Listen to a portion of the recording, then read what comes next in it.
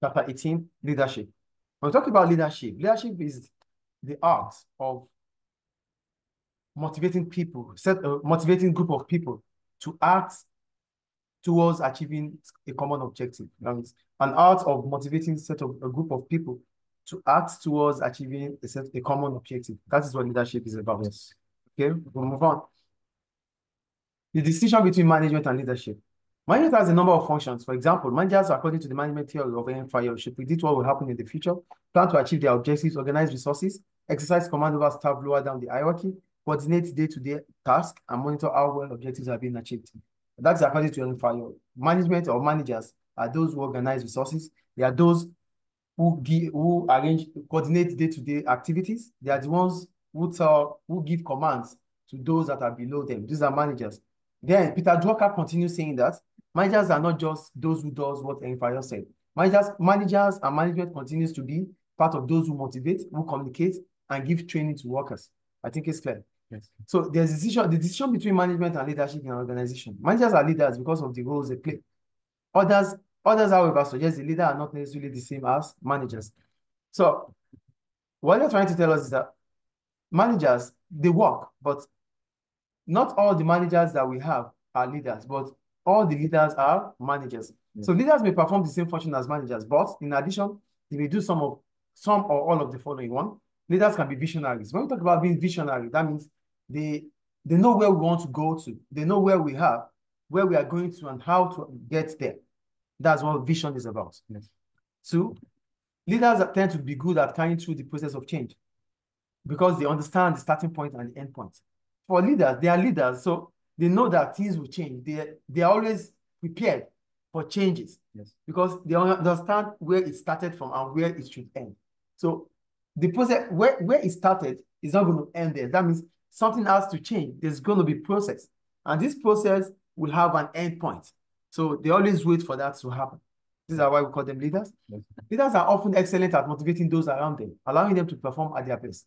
They are particularly good at motivating others to change, both themselves and the organization. So leaders, they prepare you ahead. They make sure they encourage you. They allow you to go through those processes of change, of improvement. They give you that time to improve, and not only to improve yourself, also to improve the organization. Because when you're able to improve yourself, it will reflect in the jobs you do, and that will reflect in your organization. I think it's clear. Yeah. It could be argued that in large businesses, leaders create strategies while managers are responsible for implementing them. However, sometimes leaders do get involved in implementation because they appreciate that it is just as important to implement change as it is to create strategies.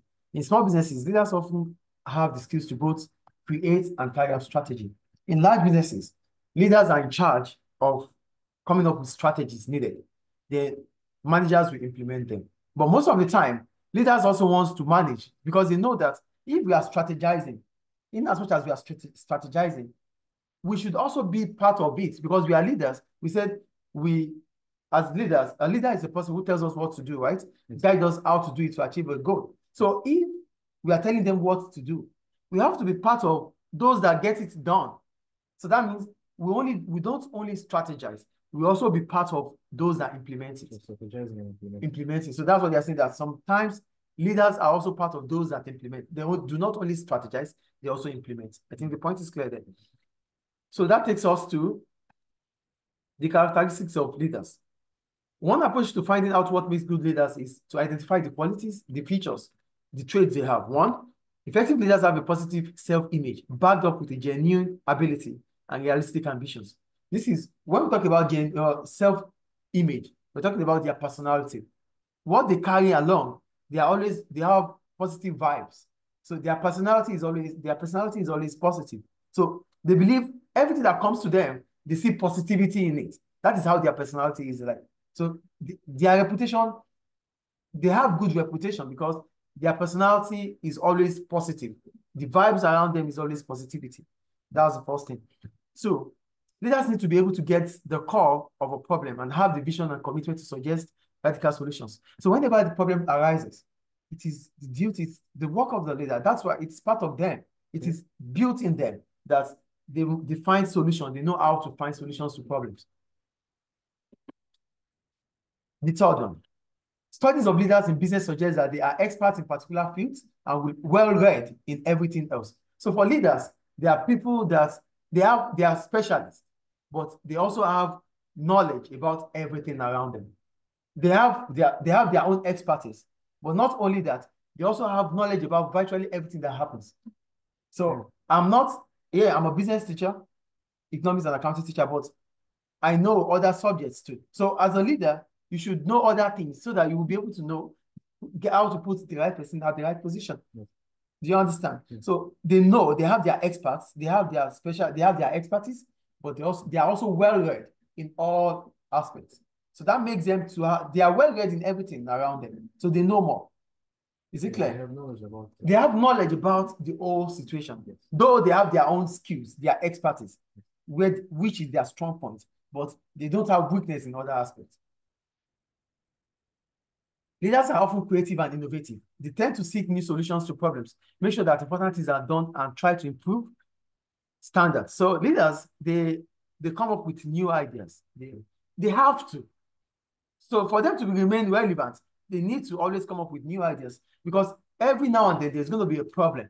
So when new problem comes, it needs new solutions too. So these are works of leaders. Clear? Leaders have the ability to sense change and can respond to it. This is dealt with later. Okay. As leaders, part of being visionary, it means leaders, they see the end from the beginning. So they know, they feel, there's going to be change. They're always prepared for things coming ahead. That is the point there. Is it clear? Yeah. So we go to leadership styles, I think.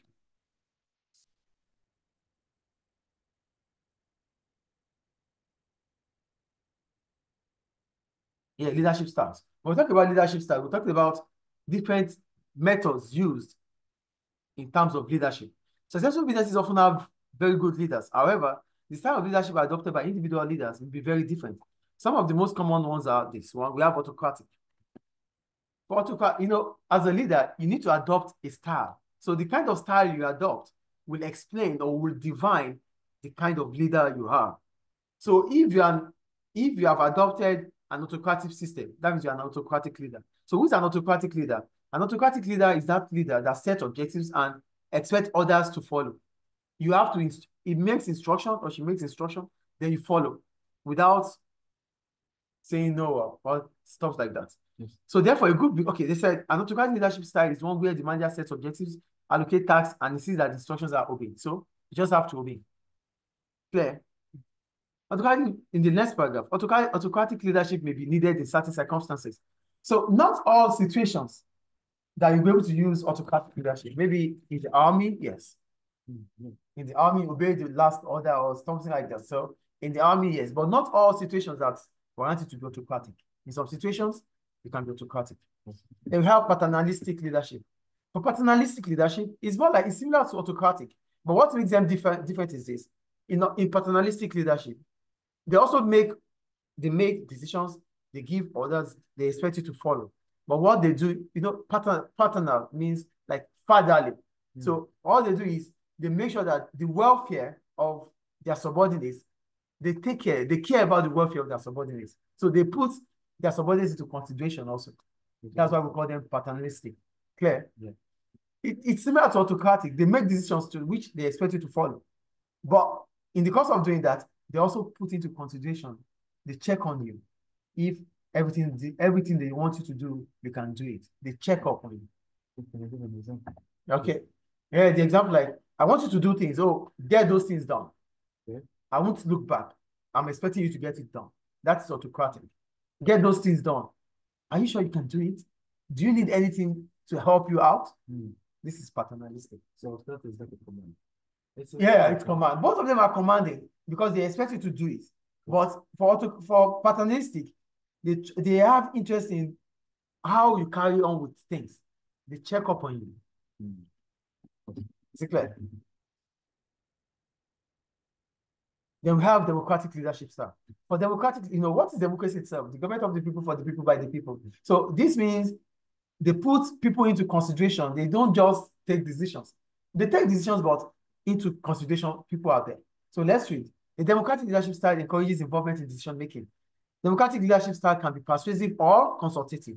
Why do we call it persuasive? We call it persuasive because The leader will take decision, but it will take its time to explain to you why you have to follow it. Mm. Do you understand? Yes. It is not the same as paternalistic. Yeah, it is autocratic. They are involving you. They take the decision, but they take their time to persuade you why you have to go on with this decision that they took. That is persuasive. Is it clear? Okay, yeah. Yes. Is it clear? Yes. Therefore, consultative. Before they take the decision, they consult you before the decision. Do you understand the difference between persuasive and consultative? Yes. For consultative, before decision is taken, they consult you, they talk to you. You discuss together before decision is taken. But for persuasive, they took the decision and they try to let you understand why. They convince you. Yeah. Is it clear? Yes. Democratic leadership style needs good communication skills. The leader must be able to explain ideas clearly to employees and understand any feedback they receive. So, because it's democratic, and I told you democracy involves people. So how do you put people, how do you carry people along? You can only carry people along with information. So that's why you need to be a good communicator. You need to have good communication skills if you have to be a good leader. It may mean, however, that decision take a long time to be reached as lengthy consultation can take place. It has been suggested that democratic style of leadership can be more effective in business for a number of reasons. So before I go in there, Yes. the problem about democratic leadership style is that decision taking might take a lot of time because you are consulting people. You are persuading them. You are not, you can't, you are being called there. And these will drag things because they won't just say yes immediately. They will still say no. They will crumble and you try to persuade them, it takes time. Yeah. So why do we have to be democratic in our style? One, there has been an increased public involvement in social and political life. Democratic management reflects this trend. Because democracy is about the people. So the trend is listening to people, carrying them along. So for you to carry them along, you need to adopt democratic leadership style. That's the first point. So increasing income and educational standard means that people now expect greater freedom and better quality of working life. So people want freedom of speech, freedom of movement, freedom of expression. They want these things because they are educated now. They have money. They know they are educated. They have more information. They have access to information. So they know if you are imposing on them, they know. As a result of that, you have to be democratic. Clear? Yes. The third one, research suggests that this style is generally more effective. Managers are able to tap into the ideas of people with knowledge and experience. This can lead to better decisions being made. In consultative, when you use consultative, people give opinion, they give ideas. Maybe you'll be able to know things that you don't know. Yes. Do you understand? So, like I was discussing with my boss some few days back, and we are talking about teaching, and said anybody could be a teacher. But the point is, can everybody prepare students for exams? Mm. We were discussing, I said, just give a marker to anybody. Anybody could be a teacher, but not all the teachers that you have will be able to prepare students for exams. Yes. So when you discuss, you tap into knowledge, people will come up with ideas, things that you can even not imagine, you can never imagine. They'll come up with it and it might be useful for your decision making. Is it clear? Yes. Yeah, the last one. People involved in decision-making process are likely to be more committed and motivated to accept decisions reached with their help, to trust managers who make decisions and to volunteer new and creative ideas. Another reason why democratic leadership style is ideal is that because we are together, we made this decision. Yes. We have to comprehend, we have to accept it. We are part of those decision makers. So why are we going to say no now? After all we have gone through and we have come together to say this thing should be like this. So you won't have any other choice than to be committed to it. Is it clear? Yeah. And the last leadership style we have is laissez-faire leadership. Laissez-faire. Laissez-faire is from the French, it's a French word. Yeah. So what does it mean? It means you become your own boss. That is laissez-faire leadership style. Yeah. So a laissez-faire leadership is more of a hands-off approach to leadership. A laissez-faire leadership provides others with the proper tools and resources needed and then moves away. The leader gives little guidance and directions and allows others the freedom to make decisions. This leadership style can be effective when the group members are highly skilled, experienced, motivated, and capable of working on their own.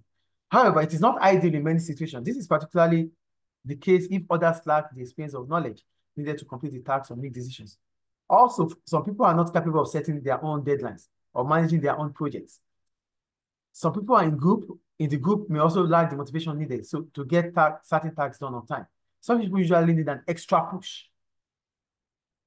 from the leader. As a result, deadlines may be missed, which could cost a business money. So the last leadership style is laissez-faire. For laissez-faire, like I told you, is that you being your own boss. So the leader is there. He gives you or she gives you all the required tools to succeed. Then hands off, left you to decision making. But this leadership style is efficient when you have highly skilled workers. Some 3 years ago, some 4 years ago, they used it in Al-Marif, Al-Marifa. Yeah, man. Not Al-Marifa, Al-Marif. Man. There's no more Al-Marif now. It's nice and now. Yeah. In Janzo. Yeah. Then the owner of the school said, each teacher is his own or her own boss. So whenever parents come, you are the one they go to. They don't go to administrators. It's called laissez-faire leadership style. Do you understand? Yeah. So this leadership style needs skilled employees, because if you are not disciplined, you can't set your deadline. You can't set your own deadline. You won't meet up with time because everything is left for you to do. So you will do it the way you like. So this could cost the business money. So the problem about laissez-faire leadership, as much as it's effective, the problem about it is that people who are not skilled, who are not disciplined, would cost the business. Is it clear? Yes. So these are about leadership. So the next class we'll start talking about moving from entrepreneur to leaders. Thank you.